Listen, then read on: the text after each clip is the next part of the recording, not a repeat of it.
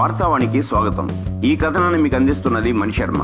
వైఎస్ఆర్సీపీ ప్రభుత్వం అధికారంలో ఉండగా ముఖ్యమంత్రికి ప్రధాన సలహాదారుగా పనిచేసిన సజ్జల రామకృష్ణారెడ్డి జోక్యం ప్రభుత్వంలో ఏ స్థాయిలో ఉండేదో అందరికీ తెలిసిందే.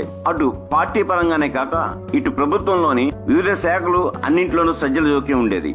అందుకే ఆయన సకల శాఖల మంత్రిగా పేరు తెచ్చుకున్నారు. జగన్మోహన్ రెడ్డికి అత్యంత అనుయాయుల్లో సజ్జలు కూడా ఉండేవారు. కాబట్టి జగన్ చుట్టూ ఉన్న 3-4 వ్యక్తులదే రాజ్యంగా ఉండేది. వీరు చెప్పిందే జగన్ నమ్మేవారని, పార్టీలో ఇతర నేతల వాదనలు వినేవారు కాదనే వాదన కూడా ఉంది. సజ్జలతో పాటు మరో 3 మాటలు వినే జగన్ రెడ్డి ఇలా పాతాళానికి పడిపోయాడని సొంత పార్టీ నేతలు ఇప్పుడు అంటున్నారు. అయితే ప్రభుత్వంలో అంతటి జోక్యం ఉన్న సజ్జల రామకృష్ణారెడ్డి చాలా చోట్ల చేతివాటం ప్రదర్శించారనే ఆరోపణలు ఉన్నాయి. వైసీపీ ప్రధాన కార్యదర్శి సజ్జల రామకృష్ణారెడ్డి కనుసన్నల్లో క్వాడ్జనుల్లో భారీ దోపిడీ జరిగిందని సిఐడి అధికారులకు మంగళవారం ఫిర్యాదు అందింది.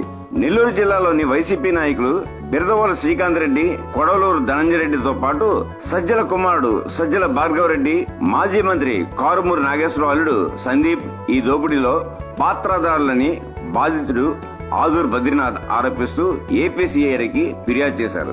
సైదాపురం మండలం జోగుపల్లిలో తనకున్న 240 ఎకరాల భూమిని బలవంతంగా లాక్కుని క్వాడ్స్ ను అక్రమంగా తవ్వి దోచుకున్నారని ఆ ఫిర్యాదులో పేర్కొన్నారు. తన భూమిలోని 800 కోట్ల విలువైన ఖనిజాన్ని దోపిడీ చేశారని అన్నారు. ఇది అన్యాయమని, తాము అన్నందుకు తమపై రౌడీ షీట్లు తెరుస్తామని బెదిరించారని బాధితులు వెల్లడించారు. తమ పిల్లల మీద ఆత్మకూరు డీఎస్పీ కేసులు సైతం పెట్టారని వెల్లడించారు. తవ్వకాలు ఆపాలని తాము హైకోర్టుకు వెళ్లి ఆదేశాలు కూడా తెచ్చుకున్నామని, అయినా తమకు న్యాయం జరగలేదని, ప్రస్తుతం న్యాయం జరిపించాలని ప్రభుత్వాన్ని బద్రీనాథ్ కోరారు.